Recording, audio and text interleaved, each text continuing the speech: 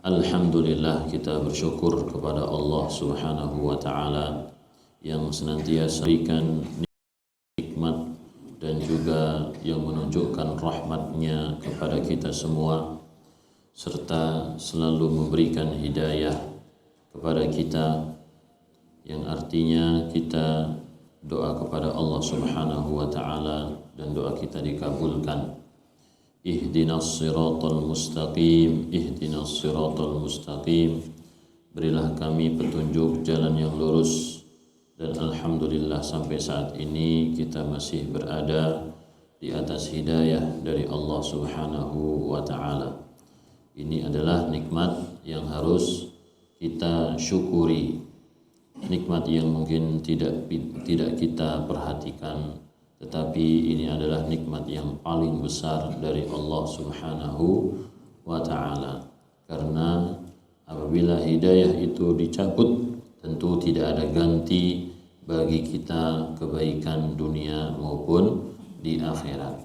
Akan tetapi kalau kita diberikan hidayah di dunia, maka gantinya adalah kebaikan dunia dan juga di akhirat. Semoga kita semua senantiasa berada di atas hidayah, jalan yang lurus sebagaimana yang telah Allah berikan kepada para nabi dan juga para pengikutnya. Dan salawat serta salam semoga senantiasa tercurahkan kepada Nabi kita Muhammad sallallahu alaihi wasallam yang telah mengajarkan kepada kita semua kebaikan dan mencontohkan kepada kita bagaimana menjadi orang yang baik, serta menjelaskan kitabullah sebagai pegangan hidup kita dan menjelaskan sunnah-sunnahnya sebagai pegangan dalam menjalani kehidupan di zaman penuh fitnah. Nabi sallallahu alaihi wasallam mengatakan, sesungguhnya aku meninggalkan untuk kalian dua hal. Barang siapa yang berpegang teguh dengannya, maka dia tidak akan tersesat selama-lamanya, yaitu kitabullah dan sunnahku. Kitabullah dan sunnahku. Dan juga beliau mengatakan, fa innahu man ya'ish minkum ba'di fasayara ikhtilafan katsira. Siapa saja yang hidup setelah aku meninggal dunia, maka dia akan melihat perselisihan yang begitu banyak. Fa'alaikum bisunnati, maka berpeganglah dengan sunnahku, wa sunnatil khulafa'ir rasyidin, dan sunnahnya khulafa'ur rasyidin.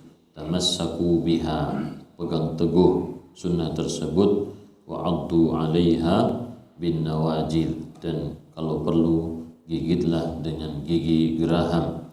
Wa iyyakum wa muhdatsatil umur, dan jauhilah perkara-perkara yang muhdats, yang bid'ah. Fa inna kulla muhdatsatin bid'ah, perkara yang baru itu adalah bid'ah. Wa kulla bid'atin dhalalah, dan setiap bid'ah adalah kesesatan. Kesesatan yang bisa merusak inti dari agama Islam, merusak pondasi dan juga tatanan agama Islam. Oleh karena itu, dalam ajaran apapun jemaah, entah itu dalam ajaran adat istiadat, itu ada larangan dari berbuat bid'ah, karena kebid'ahan ya tentu dengan versi masing-masing. Apabila kebid'ahan itu masuk di dalam suatu tatanan, maka tatanan tersebut tentu akan akan berubah. Oleh karena itu, apalagi dalam agama Islam. Agama Islam sangat melarang kebid'ahan. Kalau kebid'ahan itu masuk, maka tatanan suatu kehidupan atau tatanan undang-undang, aturan-aturan dalam Islam pun bisa berubah. Seperti orang-orang musyrikin yang dulu merubah aturan-aturan yang telah diajarkan oleh Nabi Ibrahim, yang beliau memerintahkan untuk beribadah kepada Allah. Orang-orang musyrikin membuat bid'ah dengan menyembah berhala. Nabi Ibrahim mengajarkan tawaf untuk berpakaian, tetapi orang musyrikin mengajarkan tawaf dengan telanjang. bagi yang tidak memiliki baju baru. Dan juga Nabi Ibrahim mengajarkan wukuf di Arafah, orang musyrikin mengajarkan wukuf di Muzdalifah, dan lain sebagainya. Banyak sekali jamaah. Itu adalah bentuk kebid'ahan yang dilakukan oleh orang musyrikin, tentu merubah berbagai macam hal yang diajarkan oleh Nabi Ibrahim dan juga Nabi Ismail alaihi wassalatu wassalam. Jamaah yang dimuliakan Allah, pada kesempatan pagi hari ini kita masih melanjutkan bagian terakhir atau bagian-bagian terakhir dari kitab dosa-dosa besar, yaitu poin yang ke-16.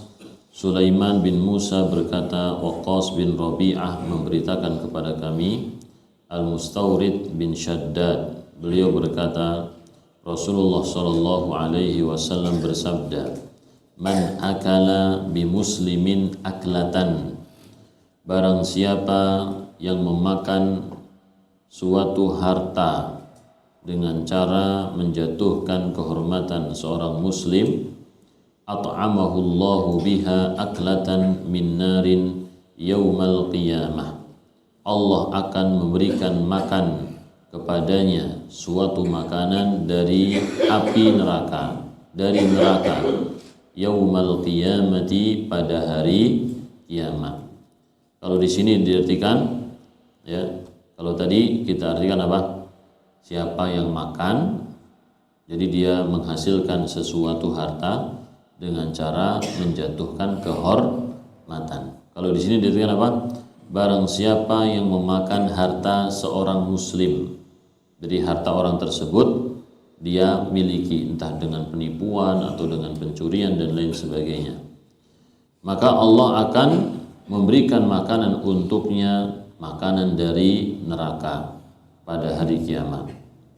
Wa man aqaba bi muslimin maqama sum'ah, dan barang siapa yang meletakkan seorang muslim pada kedudukan sum'ah, aqamahu Allahu yaumal qiyamati maqama riya'in wa sum'atin, maka Allah akan meletakkannya pada kedudukan riya dan sum'ah pada hari kiamat, ya, yaitu dia ini berbangga-bangga di hadapan manusia, atau dia melakukan suatu amalan dengan riya di hadapan manusia, maka Allah akan menunjukkan kejelekannya pada hari kiamat kelak di hadapan manusia.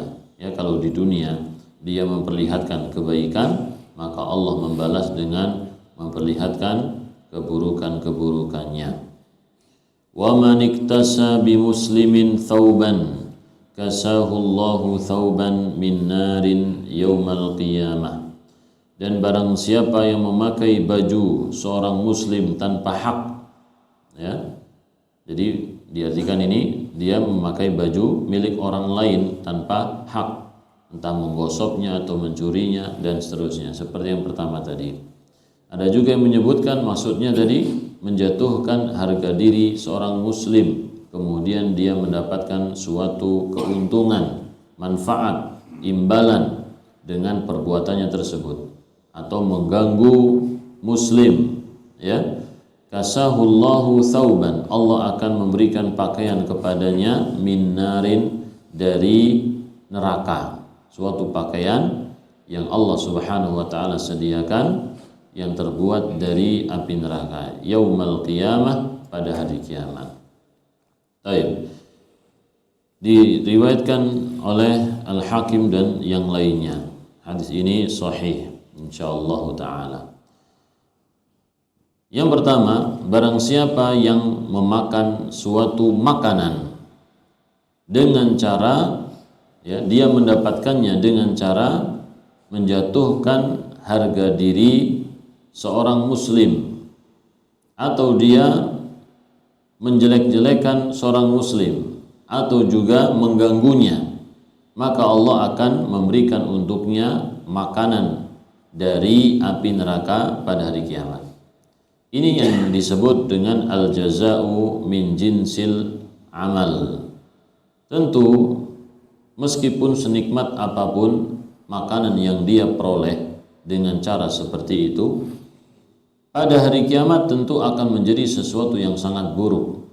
Makanan di dunia tentu tidak sama dengan makanan di neraka, jemaah. Ya, makanan di dunia tidak sama dengan makanan yang di neraka. Makanan di dunia sudah kita ketahui, makanan di neraka maka ini adalah seburuk-buruk makanan yang Allah Subhanahu wa taala siapkan untuk para penghuninya. Oleh karena itu, ya, di sini Nabi Shallallahu Alaihi Wasallam memberikan suatu gambaran kepada kita tentang gambaran yang kompleks sebenarnya. Ini sebagai contoh, jemaah. Ini sebagai contoh. Sering kita mendapatkan suatu kenikmatan, tetapi dari harta yang haram.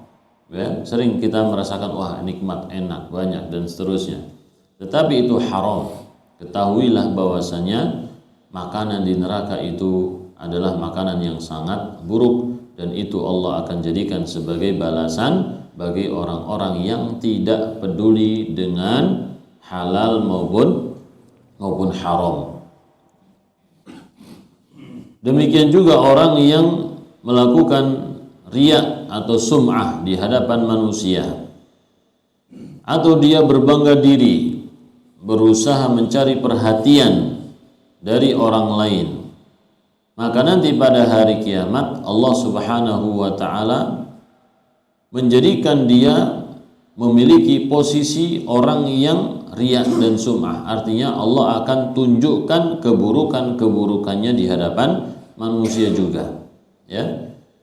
Jadi Allah Subhanahu wa taala mengetahui yang zahir dan juga yang batin. Orang ini berusaha menunjukkan kebaikan di hadapan manusia, tetapi Allah tidak memperhatikan kebaikan zahirnya, justru Allah memperhatikan keburukan apa? Keburukan batinnya. Jadi yang kita perhatikan untuk diperbaiki adalah apa, jemaah?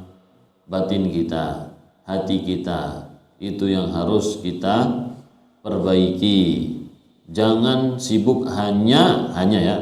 Jangan sibuk hanya memperbaiki zahir, ya, penampilan kita atau amalan kita, tetapi juga hati kita harus diperbaiki.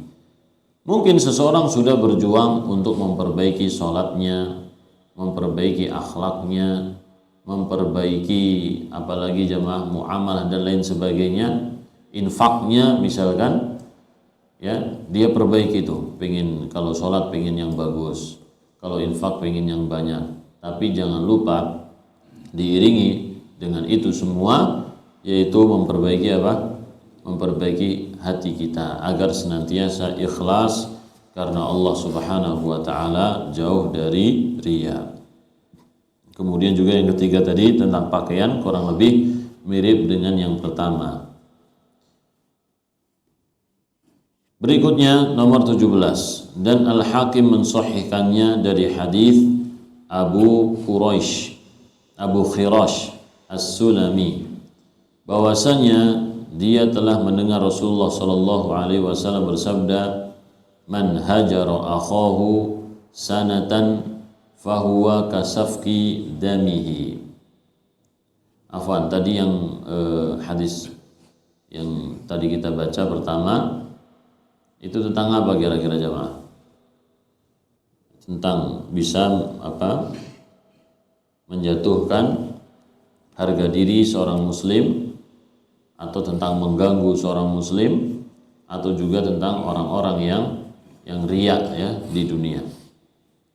Adapun yang berikutnya yang poin 17 ini, barang siapa yang mendiamkan, menghajar, mengacuhkan saudaranya selama 1 tahun, maka dosanya seperti dia menumpahkan darahnya, ya. Siapa yang mendiamkan saudaranya sesama muslim selama 1 tahun, maka dia mendapatkan dosa seperti menumpahkan darahnya. Hajar hukumnya boleh kalau kurang dari 3 hari. Kalau lebih dari 3 hari, maka ini haram dan kita diperintahkan untuk melakukan islah. Dan yang terbaik di antara orang yang menghajar ini, yang mendiamkan ini, adalah orang yang pertama memberi salam. Apa yang dimaksud dengan hajar, mendiamkan? Yaitu sama sekali tidak ada komunikasi, ya, disapa pun tidak mau menjawab, ketika ketemu juga tidak mau menyapa, dan juga tidak mau menjawab, gitu. Itu namanya apa? Hajar. Bahkan berpaling muka, ya, punggung-punggungan. Maka ini adalah perbuatan yang dilarang di dalam agama Islam. Apabila ada 2 orang yang melakukan hajar, maka dia harus mengetahui bahwa aturannya maksimal hanya 3 hari. Setelah itu dia harus berbuat baik, ya, memperbaiki diri, membuka dengan salam, ya, meskipun belum ada senyuman jemaah, tapi paling tidak sudah apa? Sudah ada salam, assalamualaikum, kemudian memperbaiki hubungannya. Adapun apabila menghajar ini karena ada suatu alasan syar'i, ya, mungkin orang yang dihajar ini adalah orang pelaku maksiat dan susah untuk bertobat, atau dia mengajarkan suatu kemungkaran yang besar, maka hajar seperti ini boleh lebih dari 3 hari jamaah. Karena bahayanya ada terus menerus, keburukannya ada terus menerus.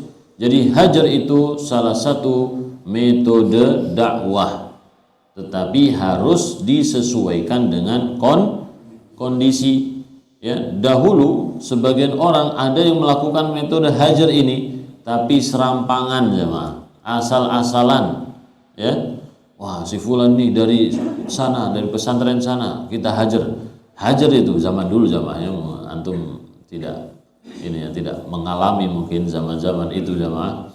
Jadi zaman dahulu itu ada suatu masa ketika kita memberikan salam, ya, padahal pesantrennya deketan, nggak sampai sekilo, ya. Ketika kita salam, assalamualaikum, dicuekin jemaah, karena tahu kita itu dari pesantren yang beda, yang mereka sebut ini dari pesantren bid'ah katanya, ya. Nggak tahu nih bid'ah apanya. Pesantren yang ditahdir, apa tahdir itu? Yang diberikan peringatan, ya, nggak tahu peringatannya apa gitu, kita nggak paham. Ini yang kita sebut dengan apa? Hajar secara serampangan. Dalilnya tentang hajar ini yaitu Nabi Shallallahu Alaihi Wasallam berkata kepada Ka'ab bin Malik dan juga 2 temannya, dikarenakan mereka tidak ikut perang Tabuk. Ya, ini adalah suatu kemungkaran karena Nabi Shallallahu Alaihi Wasallam memerintahkan para sahabat untuk ikut semua. Dan ketika sudah berjalan, Nabi Shallallahu Alaihi Wasallam senantiasa menanyakan orang-orang yang tidak ikut ini, mana Ka'ab bin Malik, mana Ka'ab bin Malik, berkali-kali, ya, sampai beliau pulang, barulah orang-orang yang tidak ikut perang itu datang meminta uzur kepada Nabi Shallallahu Alaihi Wasallam. Ya, maka beliau mengatakan, ya sudah, kalau gitu tunggu 40 hari, ya, sampai datang keputusan dari Allah Subhanahu wa Ta'ala. Maka selama 40 hari itu, Masya Allah, beliau dihajar oleh Nabi Shallallahu Alaihi Wasallam dan juga para sahabat. Jadi semua orang mendiamkannya, ngobrol gak digubris, salam gak dijawab, ketemu pun gak dikasih salam, ya. Jadi seakan-akan orang asing di situ. Dikarenakan apa? Dikarenakan melakukan kemungkaran jemaah, ya, melakukan kemungkaran, yaitu tidak ikut berperang bersama Rasulullah Shallallahu Alaihi Wasallam. Kemudian ditambah lagi 10 hari. 10 hari ini istrinya suruh pulang juga, Masya Allah. Semakin apa? Semakin berat, ya. Tapi kemudian Allah Subhanahu wa Ta'ala memberikan keputusan, Allah menerima taubat mereka dan mereka bukanlah orang munafik. Taib. Ya, meskipun di awal-awal sangat mengerikan dan menyedihkan, tetapi di akhir Allah Subhanahu wa Ta'ala memberikan ampunan untuk mereka. Baik. Jadi kalau alasannya alasan syar'i, maka boleh menghajarnya sampai waktu yang tidak ditentukan jemaah. Tapi kalau alasan-alasan duniawi, maka tidak boleh lebih dari tiga hari. Ini menunjukkan bahwasanya agama Islam sangat memperhatikan hubungan antara kaum muslimin. Biasanya ada tuh tetangga dengan tetangganya, ibu-ibu sama ibu-ibu tiba-tiba mendiamkan. Apa alasannya? Nggak jelas alasannya, ya, alasannya nggak jelas. Atau salah ngomong misalkan ya, atau juga salah tentang memberi hadiah, ya, atau salah faham. Baik, maka ini tidak boleh dibiarkan jemaah, tidak boleh dibiarkan. Saya ulang hadisnya, man hajara akhahu sanah, barang siapa yang mengacuhkan saudaranya atau menghajar, mendiamkan saudaranya selama 1 tahun, fahuwa kasafki damihi, maka dia seperti menumpahkan darahnya. Artinya dosanya seperti orang yang menumpahkan darahnya. Wallahu alam, apakah ini termasuk orang yang bisa menuntut kita pada hari kiamat? Ya, misalkan anak nih nggak ngapa-ngapain, tapi antum tiba-tiba menghajar anak, mendiamkan anak, apa salah anak? Kan gitu ya? Apa salah anak? Kenapa antum mendiamkan? Salam nggak dijawab misalkan, ya? Salam tidak dijawab, bertanya tidak dijawab juga. Baik, apa alasannya? Maka ini kalau tidak ada alasan, maka seperti apa? Menumpahkan darah yang mungkin dia akan menuntut kita pada hari kiamat. Nah, berikutnya 18 dari Ibnu Umar dari Nabi sallallahu alaihi wasallam, beliau bersabda, "Man halat syafa'atuhu duna haddin min hududillah." Barang siapa yang syafaatnya menghalangi ditegakkannya suatu hukum had dari hukuman Allah Subhanahu wa taala, faqad daddallaha fi amrihi, maka dia telah menentang Allah dalam perintahnya. Ya. Ini memberi syafaat bagi orang yang sudah ditetapkan suatu hukuman dari Allah Subhanahu wa taala. Had itu hukuman yang sudah ditentukan oleh Allah. Contohnya kisos termasuk had, dan juga potong tangan, berzina kemudian dirajam atau dicambuk, ini termasuk bagian dari apa? Had, hukuman dari Allah Subhanahu wa taala. Kalau hakim sudah menentukan hukuman tertentu pada seseorang yang melakukan suatu kejahatan, maka hukuman seperti ini tidak bisa dibatalkan jemaah, ya. Dan tidak boleh seorang pun memberi syafaat untuk membatalkan hukuman tersebut, ya. Tidak ada seorang pun yang memberi syafaat untuk membatalkan hukuman tersebut, karena ketika dia memberi syafaat, berusaha membantu, ya, supaya hukuman Allah tidak ditegakkan, berarti dia telah melakukan perbuatan dosa, menentang Allah Subhanahu wa ta'ala. Oleh karena itu, ini adalah bentuk ketegasan, ya, ketegasan di dalam agama Islam. Hukum Allah bukanlah suatu yang dipermainkan, tidak boleh dijadikan apa? Main-main, ya. Oleh karena itu kita melihat kalau di zaman sekarang banyak orang-orang yang mempermainkan hukum, meskipun itu hukum manusia jemaah, ya, buatan manusia, tapi banyak dipermainkan, ya, berlaku untuk orang-orang yang lemah. Kalau orang-orang yang yang kaya, orang-orang yang punya jabatan tinggi, itu nggak berlaku jemaah. Entah kemana orangnya, hilang kemana orangnya.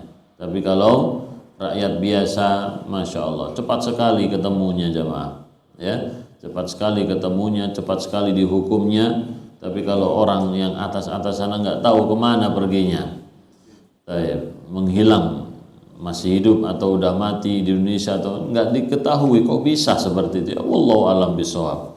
ya. Sebenarnya perkaranya gampang, karena kan masalah uang jadinya apa? Susah. Dan ini sejak dahulu sudah ada jemaah. Maka kita tidak heran ya. Sejak zaman dahulu itu sudah ada seperti itu.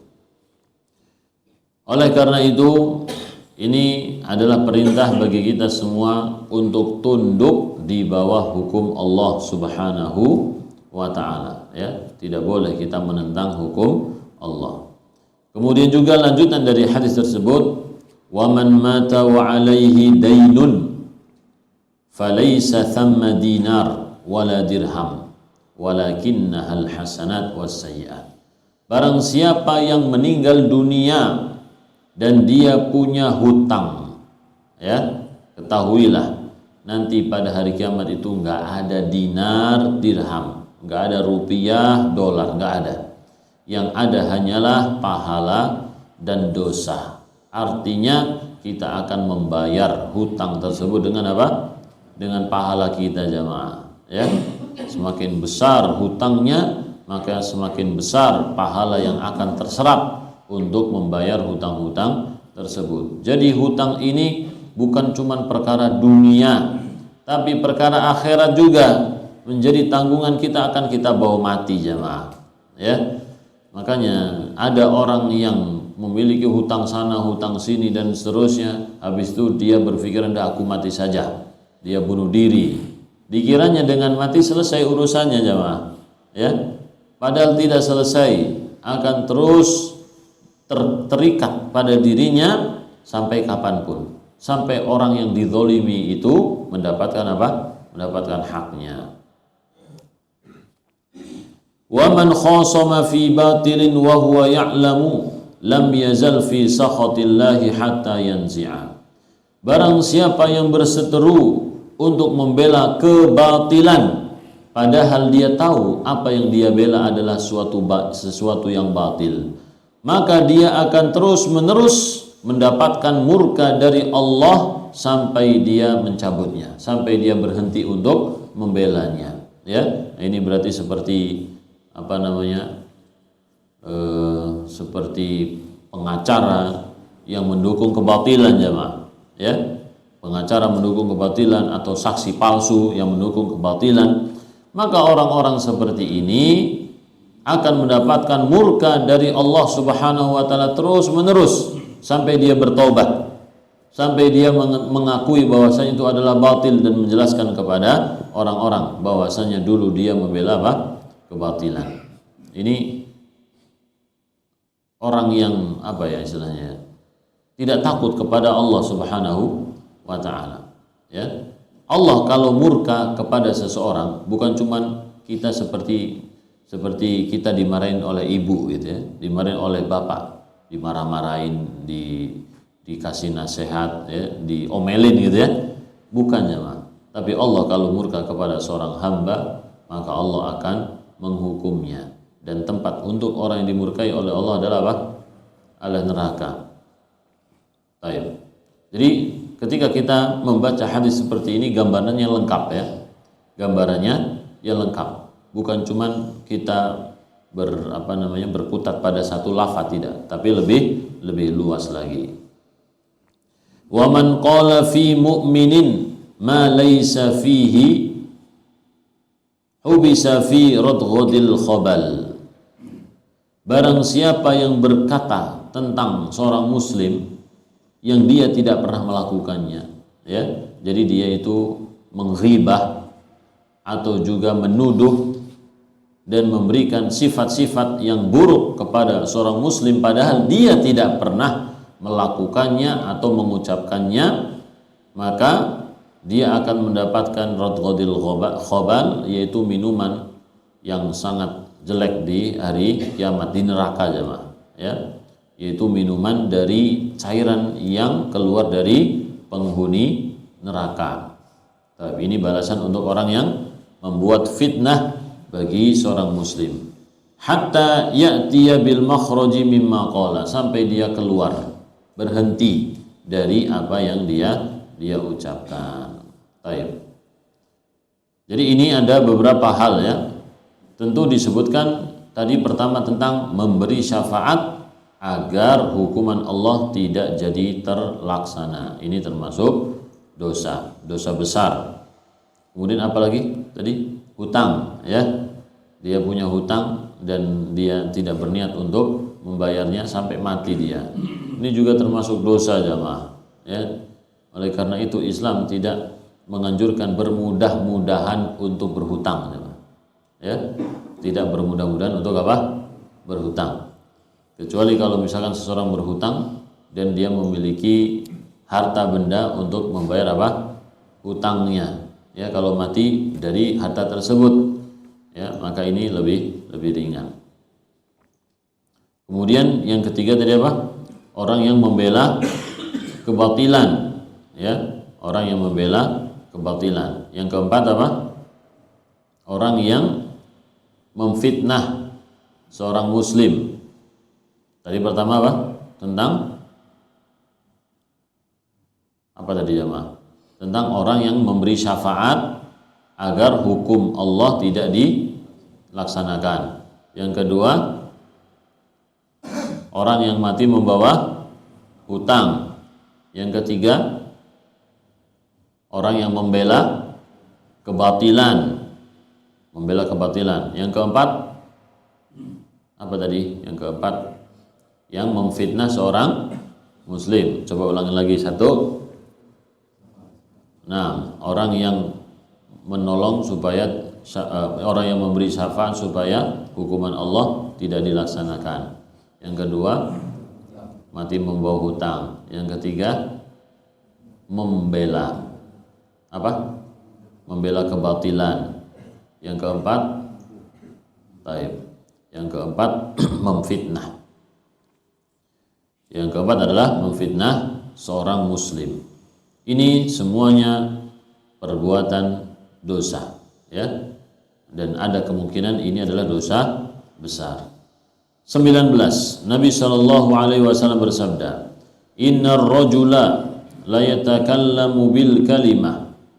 Sesungguhnya ada seseorang yang berbicara dengan suatu ucapan min sukhtillah, termasuk hal yang dimurkai oleh Allah. La yulqi laha balan, dan dia tidak menghiraukannya, tidak memikirkannya, karena ini adalah perkara yang dianggap remeh, nggak ada pengaruhnya sama sekali. Yahwi biha fi jahannam, maka dengan suatu kalimat tersebut dia pun terjerumus di dalam neraka jahannam. Hadis ini mengingatkan kita untuk menjaga lisan dan memikirkan setiap ucapan yang keluar dari lisan kita. Kalau itu adalah sesuatu yang buruk, meskipun terlihat kecil, remeh bagi kita, maka janganlah kita mengucapkannya. Karena terkadang sesuatu yang buruk, sesuatu yang kecil menurut penilaian kita, tetapi ini adalah besar menurut penilaian Allah Subhanahu wa ta'ala. Demikian juga suatu amalan, jamaah. Suatu amalan juga demikian. Kadang-kadang menurut penilaian kita ini adalah sesuatu yang kecil, tetapi ternyata di hadapan Allah sesuatu yang besar. Makanya para sahabat ada yang mengatakan, dulu ya kami melakukan suatu amalan yang kita anggap di zaman Nabi Shallallahu Alaihi Wasallam ini termasuk dosa besar, tetapi kalian menganggap zaman sekarang itu adalah dosa kecil. Ya, dan Nabi Shallallahu Alaihi Wasallam mengatakan, orang munafik apabila dia melihat dosa itu seperti lalat yang nemplok di hidungnya. Tinggal dia melakukan seperti ini, dia kibaskan langsung lalatnya apa? Pergi. Ya. Adapun seorang muslim melihat kemaksiatan itu seperti apa? Seperti gunung yang ada di sampingnya, ya, yang ujung gunung itu siap untuk apa? Menggelinding, menutupi tubuhnya. Kalau misalkan gunung itu longsor gimana, jamaah? Kita akan apa? Mati. Jadi seorang muslim, jamaah, ya, harus memperhatikan dan tidak boleh meremehkan dosa sekecil apapun menurut anggapannya. Karena bisa jadi ini kecil menurut dia, tapi besar menurut Allah Subhanahu wa ta'ala. Ya, ini menunjukkan bahwasanya suatu amalan atau ucapan, ya, suatu amalan atau ucapan yang menilai itu Allah, bukan kita. Oleh karena itu, sikap kehati-hatian itu lebih baik, jemaah. Al-ihtiyat, ya. Jadi sifat kehati-hatian itu lebih baik daripada orang sembrono.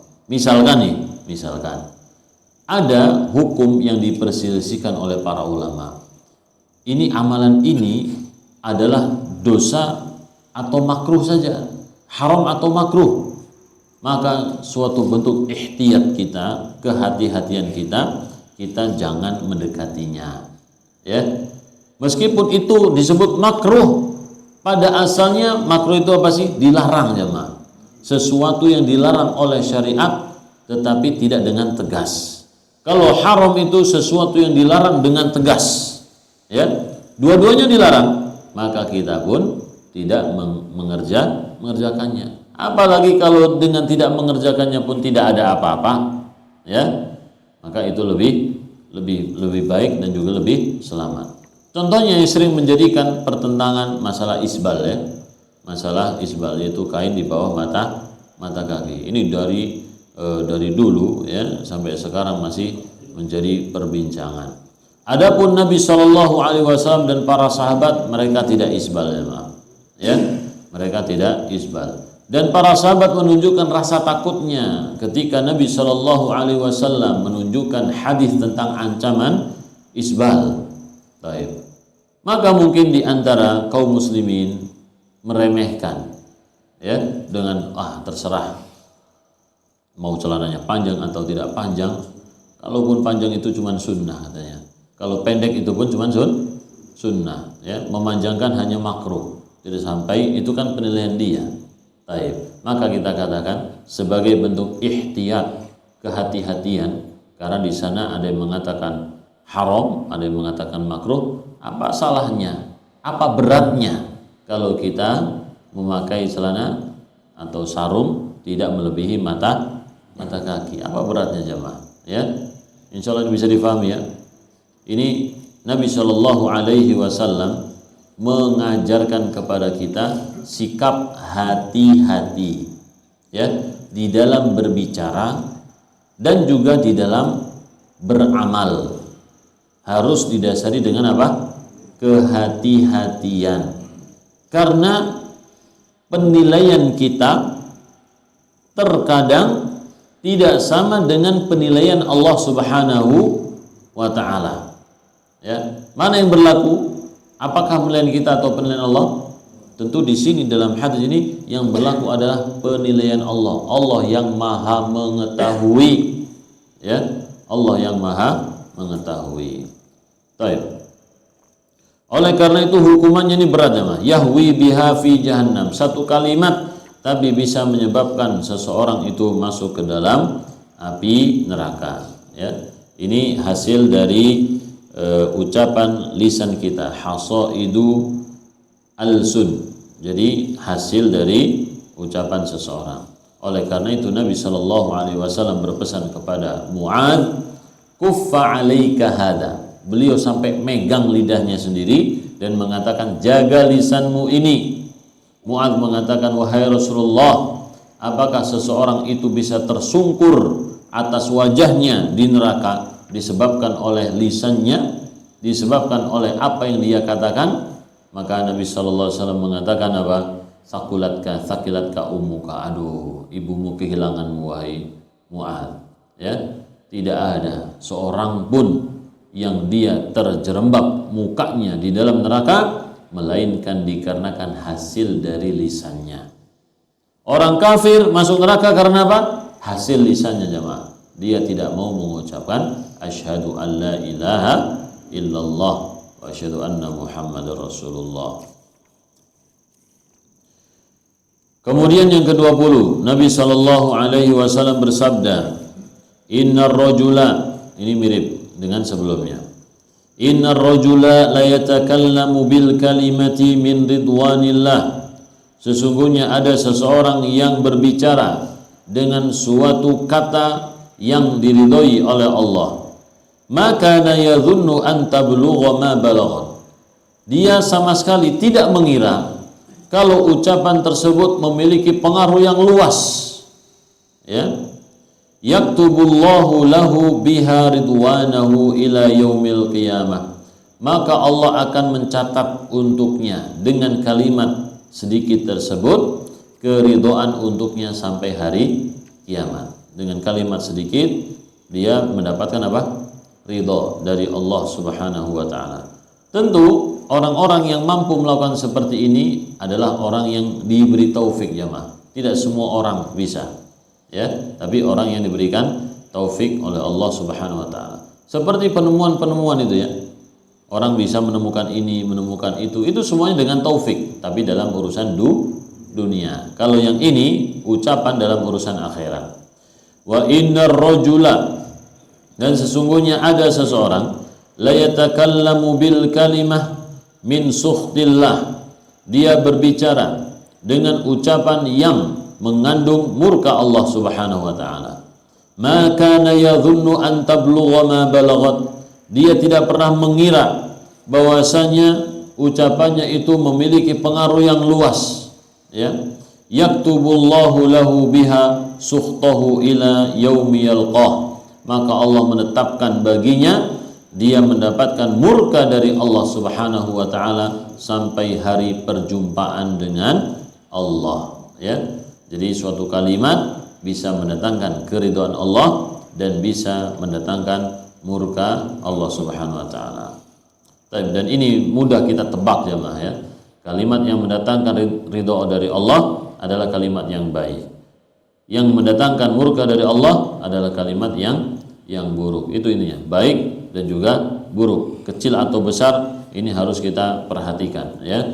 Jangan kita meremehkan, oh ini cuman gitu saja, ini cuman kecil, ini nggak boleh diremehkan, jemaah. Itu mirip dengan yang sebelumnya tadi. Berikutnya nomor 21,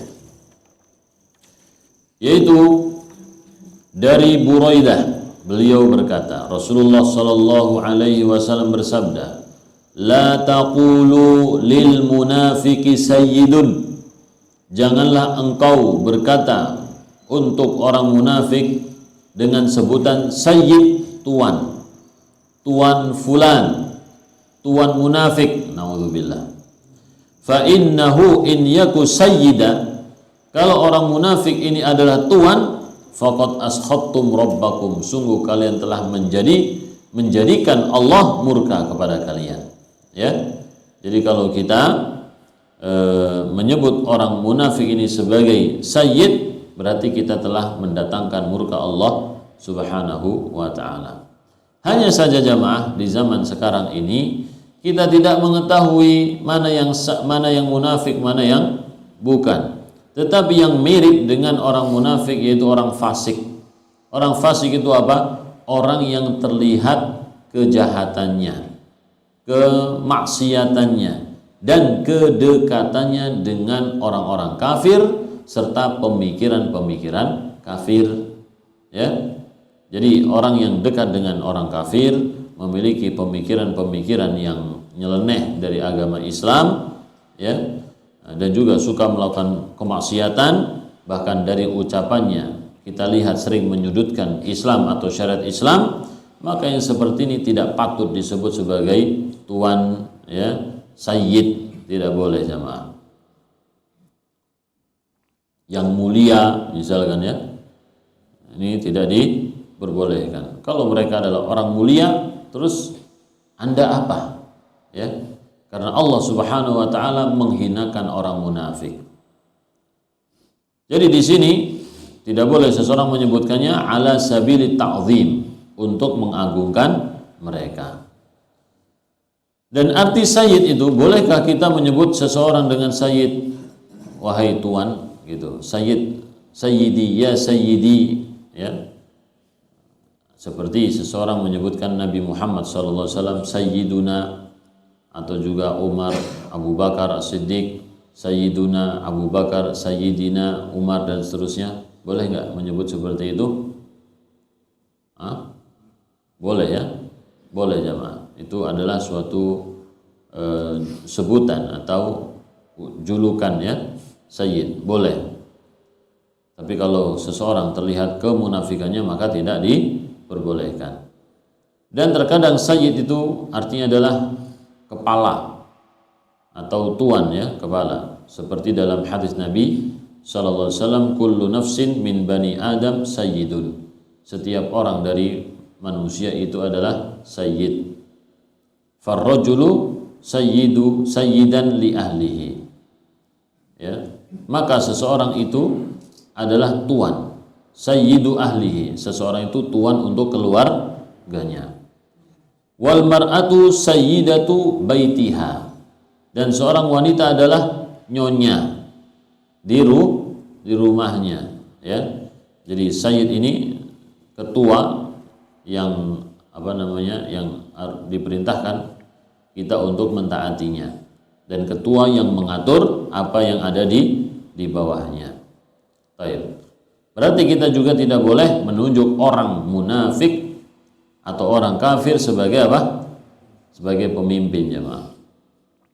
22. Jadi ini tadi yang ke-21 ya, kita dilarang untuk menyebut orang munafik sebagai sayyid, dan disebutkan ancamannya yaitu murka Allah. Ini menunjukkan perbuatan tersebut termasuk dosa besar. 22, Nabi sallallahu alaihi wasallam bersabda, ayatul munafiqi thalathun. Tanda-tanda orang munafik ada 3. Idza haddatsa kadzaba. Kalau berbicara dia berdusta, suka dusta ya, suka bohong. Wa idza wa'ada akhlafa. Kalau berjanji dia mengingkari. Wa idza tumina khana. Dan apabila dia diberi amanah dia pun berkhianat ya, menyelisihi amanah tersebut. Ini adalah tanda kemunafikan ya, nifaq amali, disebut oleh para ulama sebagai nifaqun amali. Kenapa disebut nifaqun amali? Kenapa orang yang berbohong itu disebut munafik? Dikarenakan tidak ada kesesuaian antara zahir dan batinnya. Ya, jadi munafik itu apa? Menyatakan atau memperlihatkan sesuatu yang berbeda dengan batinnya. Ya, memperlihatkan sesuatu yang berbeda dengan batinnya.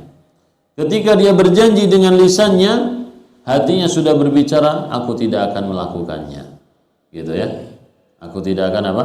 Melakukannya. Ketika dia dipercaya dan dia iya, hatinya sudah mengatakan aku tidak akan melaksanakannya. Baik. Jadi 3 hal ini kembali kepada suatu zahir yang bertentangan dengan apa?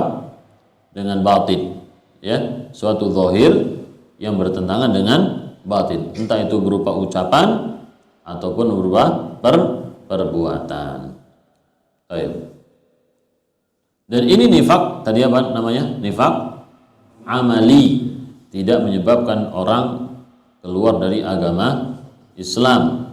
Nah, yang menyebabkan seseorang itu kekal di neraka, yang dikumpulkan bersama orang-orang kafir, nifaq apa? I'tiqadi. Ya, nifaq dari segi akidah, yaitu dia menyembunyikan kekufuran. Dia menampakkan Islam, lisannya mengucapkan asyhadu an la ilaha illallah, zahirnya juga melakukan sholat, tapi hatinya isinya apa? Kekufuran, kesyirikan, kebencian kepada Allah, kebencian kepada Nabi Muhammad SAW, kebencian kepada Islam, kebencian kepada kaum muslimin, ya, maka ini kemunafikan apa? I'tiqadi. Nah, ini yang bahaya jemaah. Ini bahaya sekali. Meskipun dia sholat dan merasa dirinya masih muslim, meskipun dia puasa merasa dirinya masih muslim, ya, tapi dia membenci Allah, membenci Rasulullah, membenci kaum muslimin, membenci syariat Islam, hukum-hukum Allah, maka dia adalah orang munafik. Yang dimaksud di dalam pembahasan ini yaitu tentang dusta dan yaitu tentang mengingkari janji. Adapun tentang dusta dan berkhianat ini sudah lewat di dalam pembahasan sebelumnya jemaah. Berdusta, jadi bohong itu termasuk dosa besar. Ya, bohong. Dan orang kalau suka bohong itu susah untuk menghentikan jemaah. Kalau lisannya sudah terbiasa bohong, itu susah untuk merubahnya karena sudah menjadi karakter tabiat dia. Kalau nggak bohong tidak enak, ya. Nah, kalau nggak bohong nggak enak. Jadi ada orang seperti itu, Pak. Jadi selalu berbohong dia, meskipun kecil, kelihatannya apa? Remeh, tapi suka berbohong. Ya, ini sangat apa istilahnya? Dia menipu diri sendiri, jemaah. Ya, dia menipu diri sendiri. Demikian juga berkhianat ya, ketika diberi amanah. Ini sudah lewat. Yang menjadi poin ya beliau di sini adalah tentang mengingkari janji. Entah janji kepada Allah langsung atau janji kepada seseorang. Ya. Janji kepada Allah, contohnya di sini disebutkan dalam surat At-Taubah, Allah berfirman dalam ayat 75 sampai 77.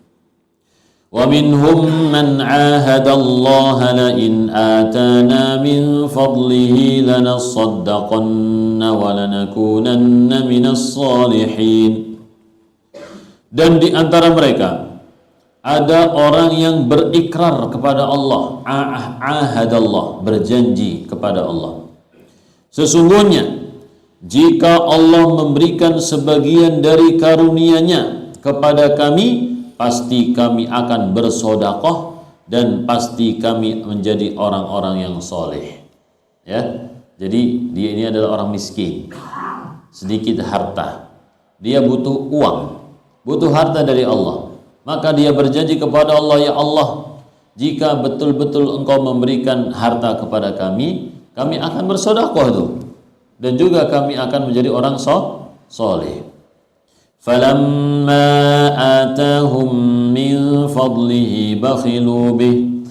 Ternyata ketika Allah Subhanahu wa taala memberikan kepada dia karunia-Nya, harta bendanya, bakhilu bihi, mereka menjadi bakhil, tidak mau mengeluarkan harta, tidak mau berinfak, bahkan mengeluarkan zakat.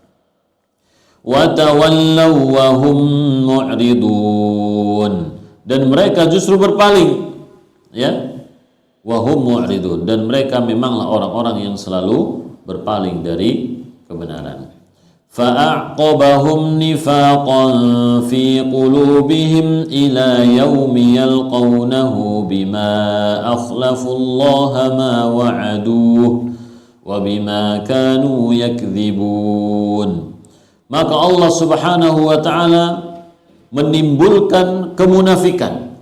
Jadi memunculkan kemunafikan di dalam hati mereka sampai kepada waktu mereka berjumpa dengan Allah Subhanahu wa taala. Jadi kemunafikan tersebut Allah tanamkan ke dalam hati mereka sampai mati, ya, yaitu disebabkan akhlafullah, mereka telah mengingkari janji mereka kepada Allah Subhanahu wa taala, dan karena mereka adalah orang-orang yang berdusta, ya, berdusta jemaah. Oleh karena itu niat itu tidak boleh dusta, niat itu harus jujur jemaah, dengan penuh keikhlasan, dengan penuh kebenaran. Di dalam hadis Nabi Shallallahu Alaihi Wasallam yaitu tentang ad-dunya li arba'ati nafar, dunia itu milik 4 orang, ya, mungkin kita ingat jemaah hadis ini.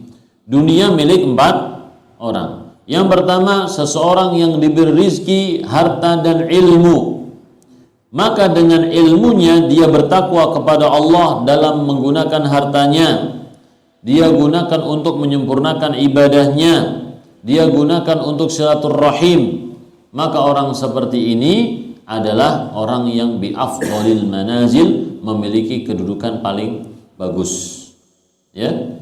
Yang kedua, abdin razaqahullahu ilman wa lam yarzuqhu mala. Allah memberikan kepadanya ilmu tapi tidak diberi harta. Fahuwa shadiqun niyyah, disebutkan oleh Nabi, shadiqun niyyah, dengan niatnya yang jujur jemaah. Dengan niatnya yang jujur dia mengatakan lau anna li malan la fa'altu bi amali fulan. Seandainya aku punya harta, aku akan melakukan seperti amal si fulan yang baik itu. Ya, maka disebut apa? Shadiqun niyyah, jujur niatnya jemaah.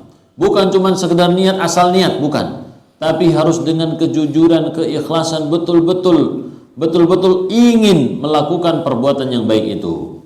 Ya, nah seperti ini tadi. Seseorang mungkin tidak terbayang bagaimana menjadi orang yang kaya, cuman pengen jadi orang yang kaya, kemudian dengan mudah dia bersedekah. Tapi ternyata tidak semudah itu jemaah. Ya, diceritakan oleh ahli tafsir, orang ini hidup di zaman Nabi Shallallahu Alaihi Wasallam. Kalau nggak salah bernama Tha'labah, ya, Tha'labah namanya. Jadi dia itu rajin sholat berjamaah bersama Nabi Sallallahu Alaihi Wasallam. Dia miskin jemaah. Kemudian dia pun minta kepada Nabi Sallallahu Alaihi Wasallam, wahai Rasulullah, doakan untukku agar Allah Subhanahu Wa Taala memberikan rizki kepadaku, ya, rizki yang banyak. Jadi mungkin dia capek menjadi orang apa? Fakir, tidak bisa bersabar, ya. Maka Nabi Sallallahu Alaihi Wasallam memperingatkan dia. Ya, jadi seandainya, beliau mengatakan, seandainya aku minta supaya gunung emas itu berjalan bersamaku, bisa saja, tapi aku nggak mau, gitu ya. Jadi beliau menunjukkan kezuhudannya di hadapan sahabat ini. Dunia itu nggak ada apa-apanya, nggak ada apa-apanya di hadapan Allah. Dunia itu fitnah. Tapi tetap dia doakan saja Rasulullah. Akhirnya didoakan oleh Nabi Sallallahu Alaihi Wasallam. Kemudian dia itu punya kambing, ya, dia rawat kambing itu, dan betul kambing itu banyak jemaah, ya, diberkahi oleh Allah, tapi tidak diberkahi untuknya.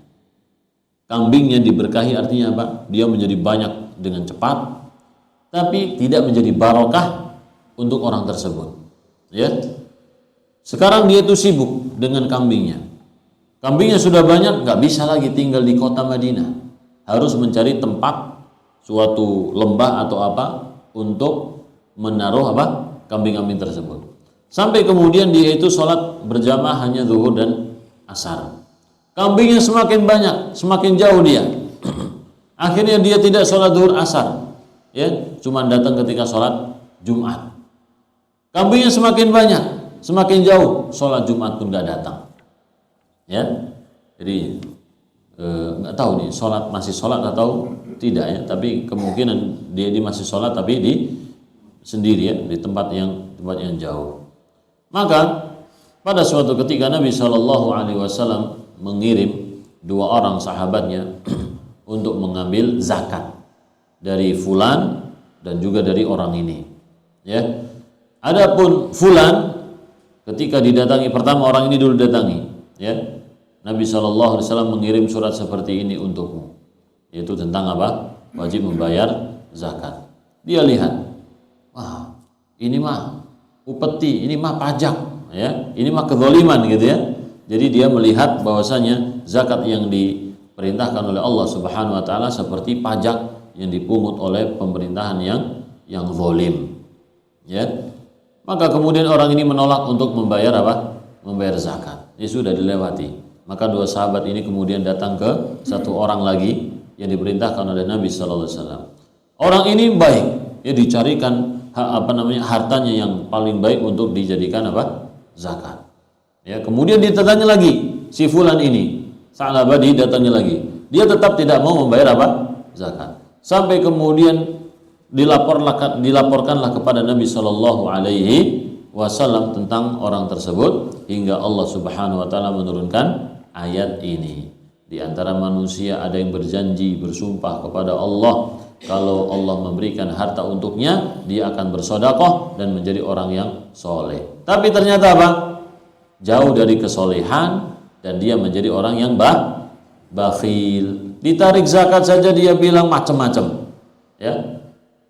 Dan juga dia nggak sholat lagi berjamaah. Akhirnya ketika sudah turun ayat ini, dia pun datang kepada Nabi Shallallahu Alaihi Wasallam, datang kota Madinah dengan menyerahkan hartanya. Nabi menolak, nggak mau, udah sana bawa sana, ya, nggak butuh, karena sesungguhnya Nabi SAW menarik harta zakat itu bukan untuk memperkaya diri, bukan untuk menggaji beliau, jemaah, ya, bukan untuk menggaji beliau atau menggaji para sahabat seniornya, tidak. Tapi beliau mengambil zakat itu apa?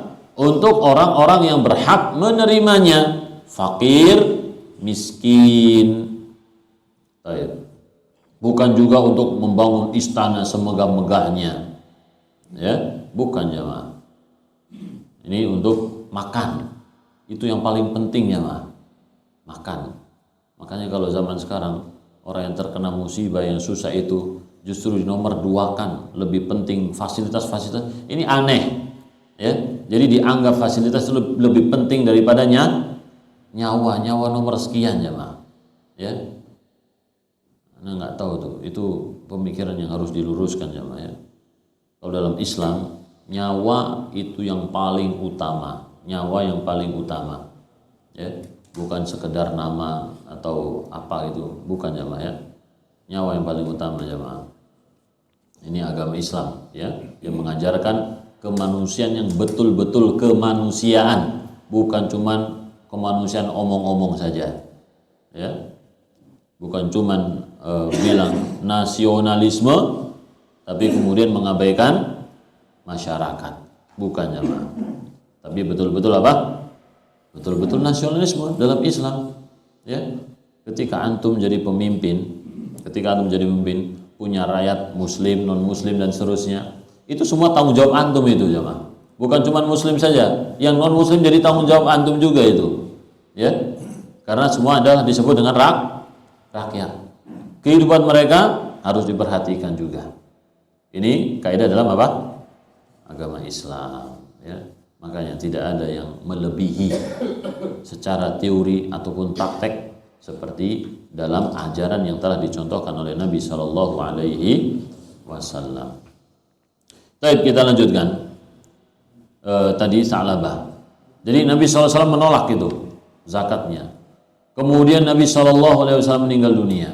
Di zaman Abu Bakar dia pun datang untuk membayar zakatnya, ditolak. Dulu Nabi SAW menolakmu, maka sekarang aku juga tidak mau menerimanya, ya. Maka nggak tahu gimana sedihnya dia itu. Di zaman Umar bin Khattab dia pun datang, ditolak juga. Di zaman Utsman ditolak juga. Dia meninggal di zaman Utsman bin Affan. Baik, wallahu a'lam bissawab. Intinya bahwasanya, ya, harta yang Allah Subhanahu wa taala berikan itu adalah ujian, jemaah. Harta kita adalah ujian yang seharusnya menolong kita untuk menyempurnakan ibadah, bukan menghalangi kita dari ibadah. Dan juga seharusnya menjadikan kita semakin dermawan, bukan menjadikan kita semakin bakhil. Manusia itu teorinya semakin banyak harta semakin bakhil dia. Dulu ketika miskin, masya Allah, ya, dermawan sekali. Tapi semakin kaya semakin bakhil. Padahal hartanya semakin banyak. Banyak alasan juga. Kebutuhanku banyak, ini keperluan harus bayar ini, macam-macam alasannya, jemaah. Ya, intinya dia menjadi bakhil. Ya, ini menjadi teguran bagi kita semua. Ya, kita ini bagaimana? Kita ini sudah baik atau belum? Apakah kita sudah menggunakan harta kita untuk beribadah kepada Allah, atau justru untuk berfoya-foya saja, bersenang-senang saja, ya? Ini harus kita perhatikan. Kemudian dari Zaid bin Arqam secara marfu, "Man lam ya'khudh min syaribihi falaysa minna." Barang siapa yang tidak memotong kumisnya maka dia bukan dari golongan kami. Kumis ya Mas, coba. Ya. Jadi dalam Islam pun Nabi SAW mengatur masalah kumis ini. Barang siapa yang tidak memotong kumisnya, maka bukan golongan kami. Karena Nabi SAW memerintahkan kita untuk potong kumis. Kumisnya dipotong, jenggotnya dipotong juga? Enggak jamaah ya. Yang dipotong itu cuma kumis saja. Seperti dalam hadis berikutnya dari Ibnu Umar, Nabi SAW bersabda, "Khaliful majus." Selisihilah orang majusi, penyembah api. Waffirul liha, biarkan jenggot. Nabi SAW berbicara tentang jenggot. Jadi tidak hanya berbicara tentang sholat, zakat, wudhu, tidak jamaah. Tidak hanya berbicara tentang masalah hati, memperbaiki hati, tidak.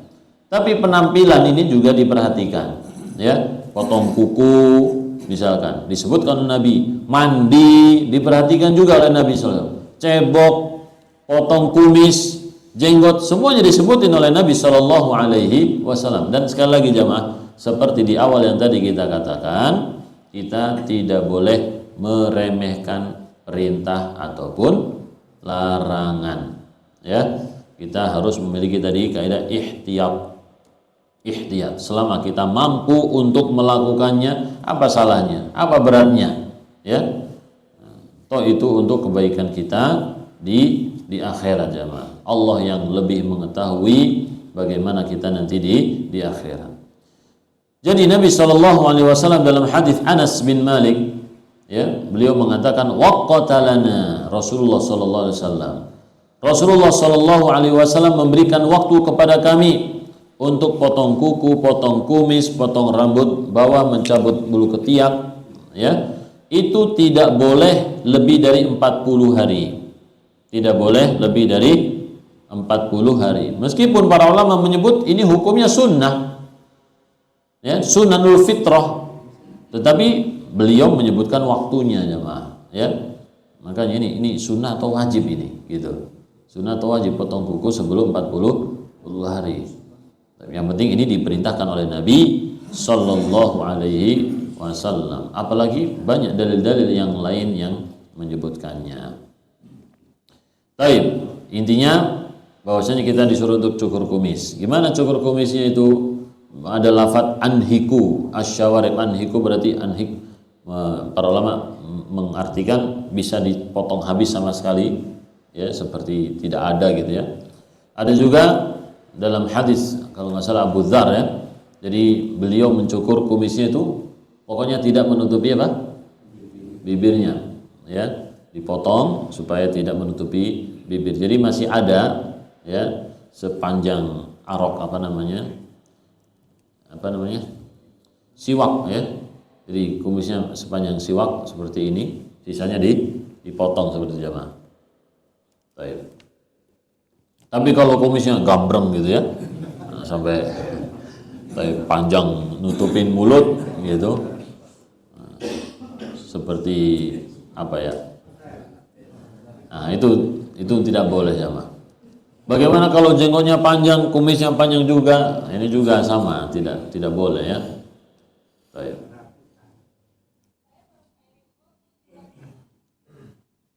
Mungkin ini dulu jamaah. Insya Allah kita lanjutkan pada pertemuan berikutnya, nomor 24 dan seterusnya. Ada pertanyaan silahkan. Ya Pak.